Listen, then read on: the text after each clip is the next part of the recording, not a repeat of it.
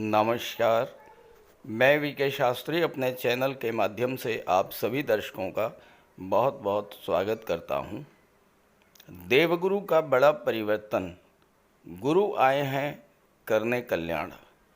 जी हाँ, ग्रहों के महामंत्री, देवताओं के गुरु, ज्ञान, धन, संतान, विवाह, मान सम्मान, भाग्य, शिक्षा और धर्म के कारक देवगुरु बृहस्पति 1 मई 2024 दोपहर 1:45 पर अपनी वर्तमान अग्नि तत्वीय राशि मेष राशि को छोड़कर दैत्य गुरु शुक्र की भूतत्वीय राशि वृषभ राशि में गोचर करेंगे और 14 मई 2025 तक वृषभ राशि में ही गोचर करेंगे। इसके बाद मिथुन राशि में गोचर कर जाएंगे।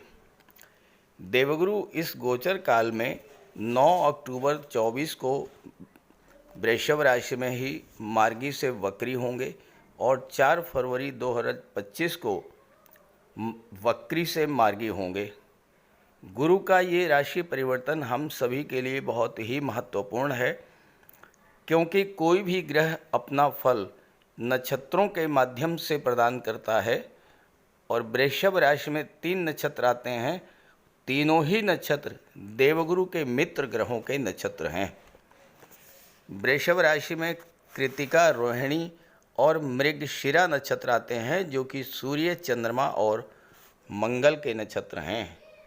13 जून तक गुरु का गोचर सूर्य के नक्षत्र कृतिका नक्षत्र में होगा और देवगुरु सूर्य के माध्यम से अपना फल प्रदान करेंगे। 13 जून से 20 अगस्त तक गुरु का गोचर चंद्रमा के नक्षत्र रोहिणी नक्षत्र में होगा और गुरु चंद्रमा के माध्यम से अपना फल प्रदान करेंगे।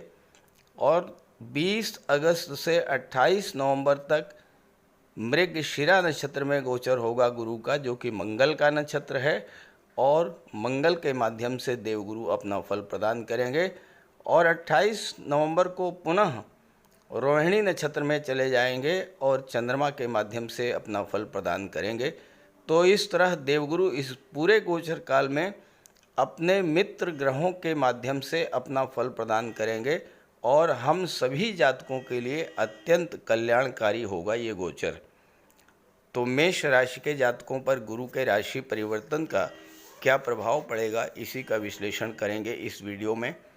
ये विश्लेषण आपकी चंद्र राशि के आधार पर किया जा रहा है और वीडियो के अंत में मैं आपको देवगुरु के उपाय भी बताऊंगा। तो ये है मेष राशि के जातकों की कुंडली।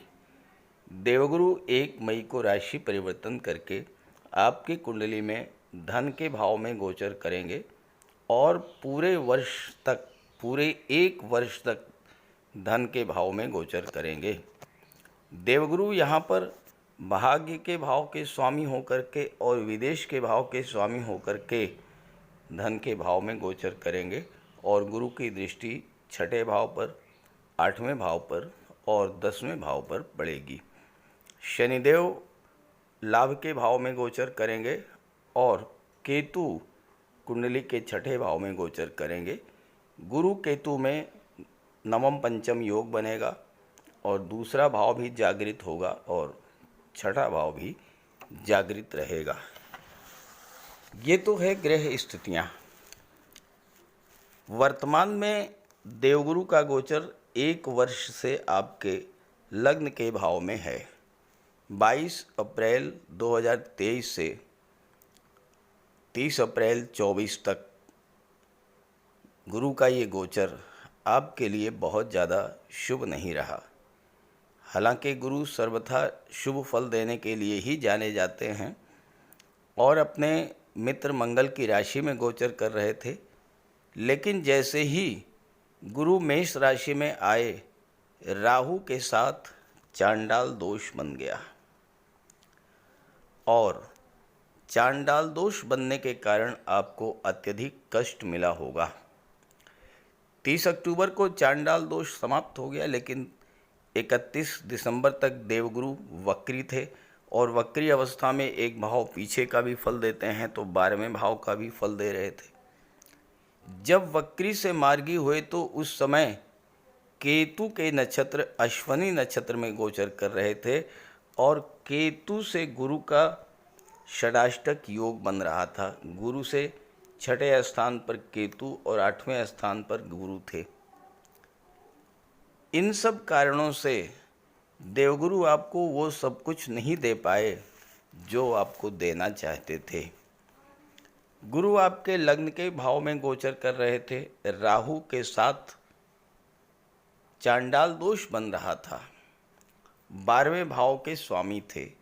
12वां भाव खर्च का होता है। आपके खर्चे आपके नियंत्रण के बाहर हो चुके रहे होंगे। गुरु स्वयं में पीड़ित थे तो आपका स्वास्थ्य भी खराब हुआ। विदेश संबंधी आपके सभी कार्य अधूरे रह गए होंगे और आपको ना तो धन मिल पाया होगा, ना ही धन का संचय हो पाया होगा। विदेश में सेटल होने या कोई प्रॉपर्टी खरीदने का आपका सपना अधूरा रह गया होगा। कुंडली के अष्टम भाव पर शनि की दृष्टि पड़ रही थी और गुरु की दृष्टि पंचम भाव, सप्तम भाव और नवम भाव पर पड़ रही थी, भाग्य के भाव पर। तो भाग्य ने भी आपका साथ नहीं दिया होगा और राहु के कारण आपके कार्यों में रुकावट आई। आपके कार्य बनते बनते बिगड़ गए होंगे। शासन सत्ता का आपको सहयोग नहीं मिला होगा और अचानक से कई अशुभ घटनाएं घटित हुई होंगी। अचानक से धन हानि हुई होगी, मान सम्मान में कमी आई होगी और भयंकर आर्थिक संकट आपने झेला होगा। जनवरी 24 में जब गुरु केतु के नक्षत्र में आए तो हो सकता है उस समय कुछ लोगों की लगी लगाई नौकरी छूट गई हो और दोबारा नौकरी न मिल पाई हो। व्यापार में मंदी, आर्थिक संकट, खराब स्वास्थ्य, मानसिक चिंताएं बढ़ने से आप डिप्रेशन की स्थिति में भी चले गए होंगे और आपकी नींद भी खराब हुई होगी। 1 मई को जैसे ही देवगुरु राशि परिवर्तन करके धन के भाव में आएंगे, पिछले समय से चली आ रही आपकी समस्याएं धीरे धीरे समाप्त होने लगेंगी। सबसे पहला प्रभाव पड़ेगा आपकी आर्थिक स्थिति पर, क्योंकि गुरु भाग्य के स्वामी होकर के दशम भाव कर्म के भाव पर दृष्टि डालेंगे और धन के भाव में गुरु का गोचर है तो भाग्य आपका साथ देगा। भाग्य का साथ देने से आपके कार्यों में उन्नति होगी। कार्यों में उन्नति होने से आपको धन की प्राप्ति होगी। साथ ही साथ विदेश जाने का भी योग बनेगा। 13 जून तक गुरु का गोचर सूर्य के नक्षत्र कृतिका नक्षत्र में होगा और सूर्य आपकी कुंडली में पंचम भाव के स्वामी हैं, सबसे शुभ भाव के स्वामी हैं।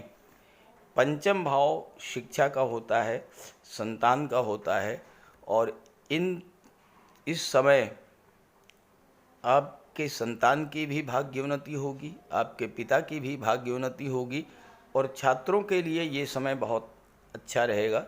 सूर्य सरकारी नौकरी के कारक होते हैं, शासन प्रशासन के कारक होते हैं, उच्च पदों के कारक होते हैं, मान सम्मान के कारक होते हैं। छात्रों के लिए ये समय बहुत अच्छा रहेगा।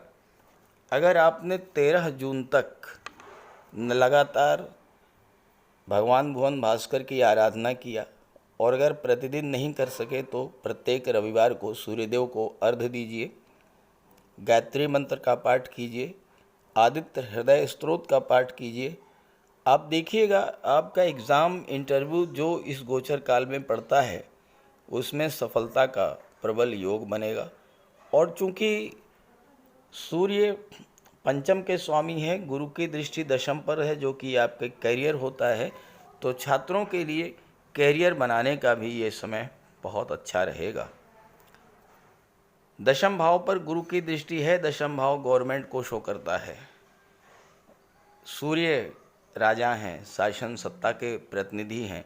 इस समय आपको गवर्नमेंट का सहयोग मिलेगा, गवर्नमेंट से जुड़े हुए अधिकारियों का सहयोग मिलेगा। गवर्नमेंट से आपको धन प्राप्ति हो सकती है, कोई गवर्नमेंट प्रोजेक्ट, कोई गवर्नमेंट टेंडर आपको मिल सकता है।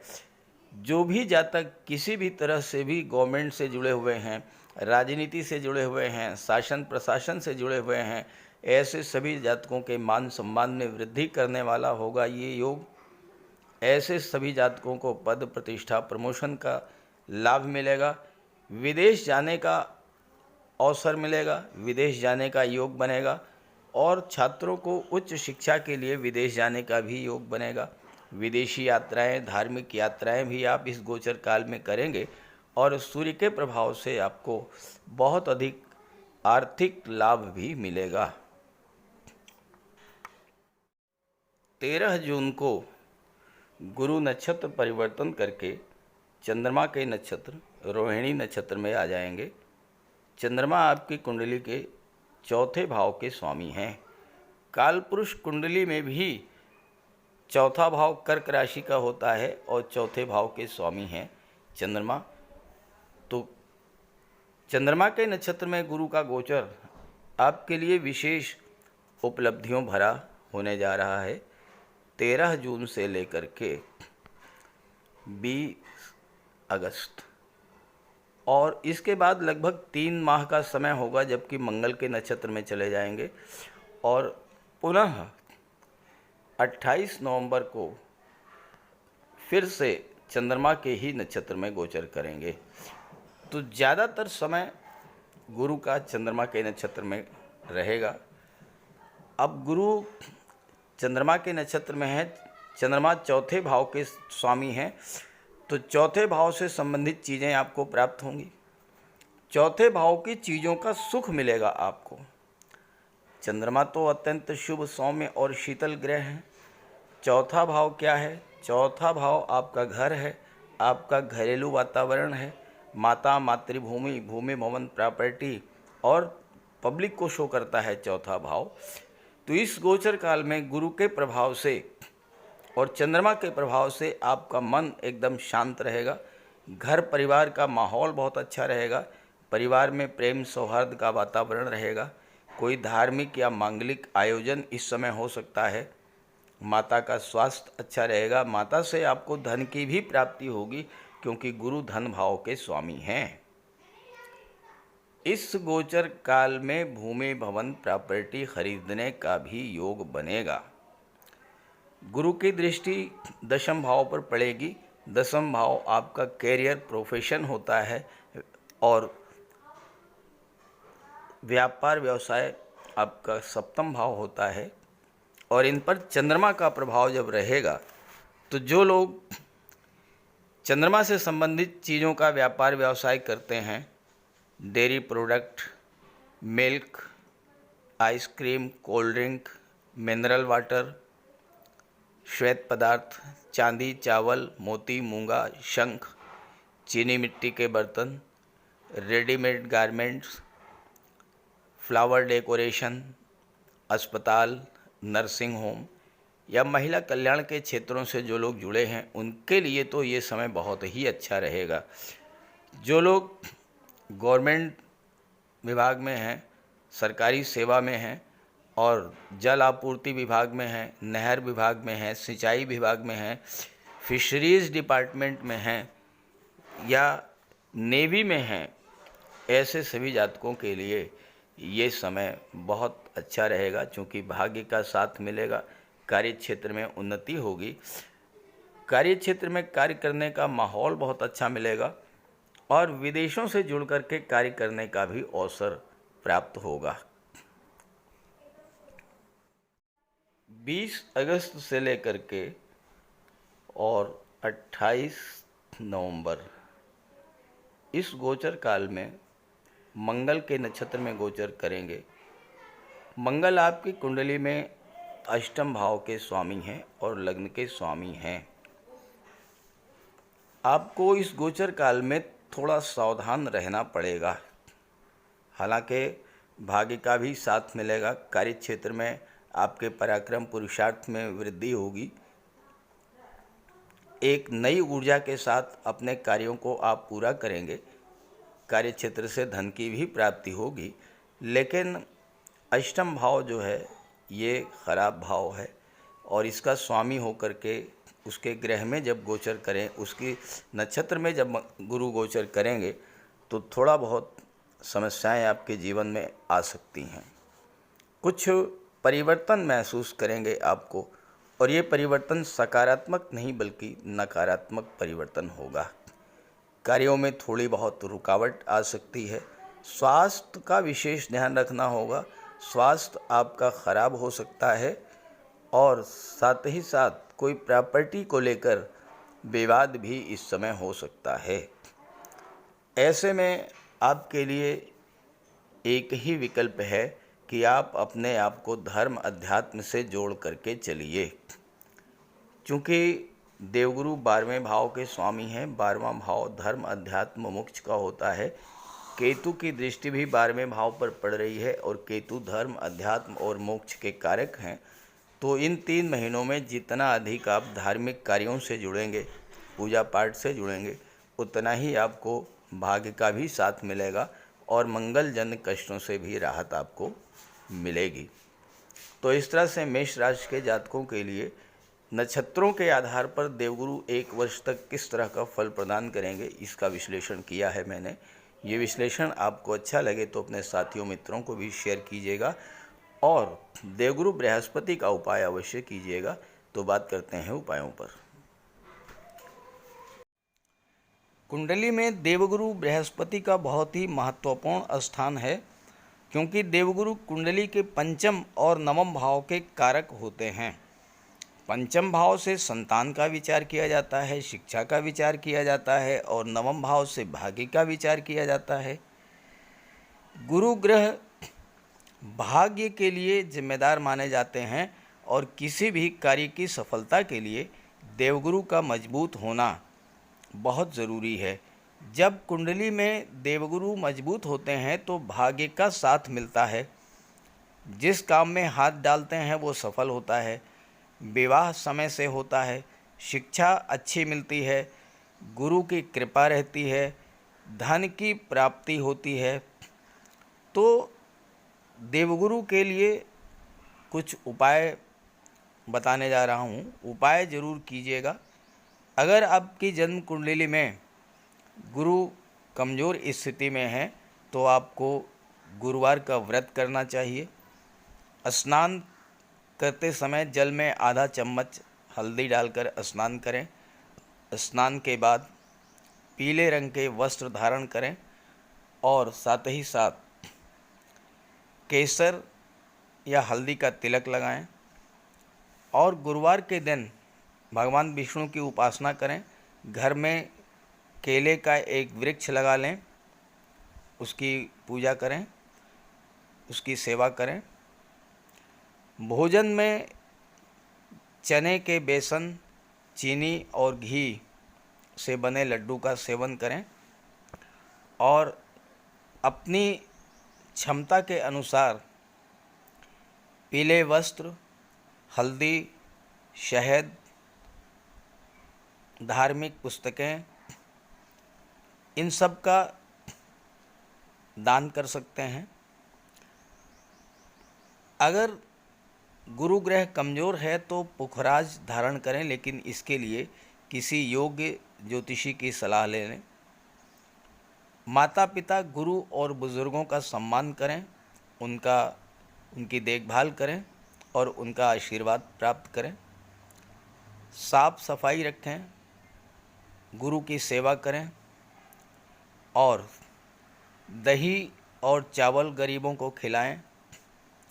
किसी गरीब को, किसी दिव्यांग व्यक्ति को भोजन कराएं। किसी वृद्धाश्रम में जाकर के वृद्धों के साथ कुछ समय बिताएं, उनकी समस्याओं को जानें, समझें।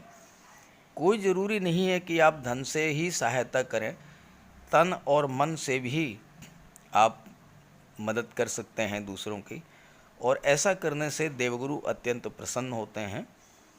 और जब देवगुरु बलवान होंगे तो आपको पूरा लाभ मिलेंगे। तो ये उपाय करके देखिएगा, लाभ होगा। कमेंट करके बताइएगा ताकि आपके साथियों को भी इसका लाभ मिल सके। नमस्कार।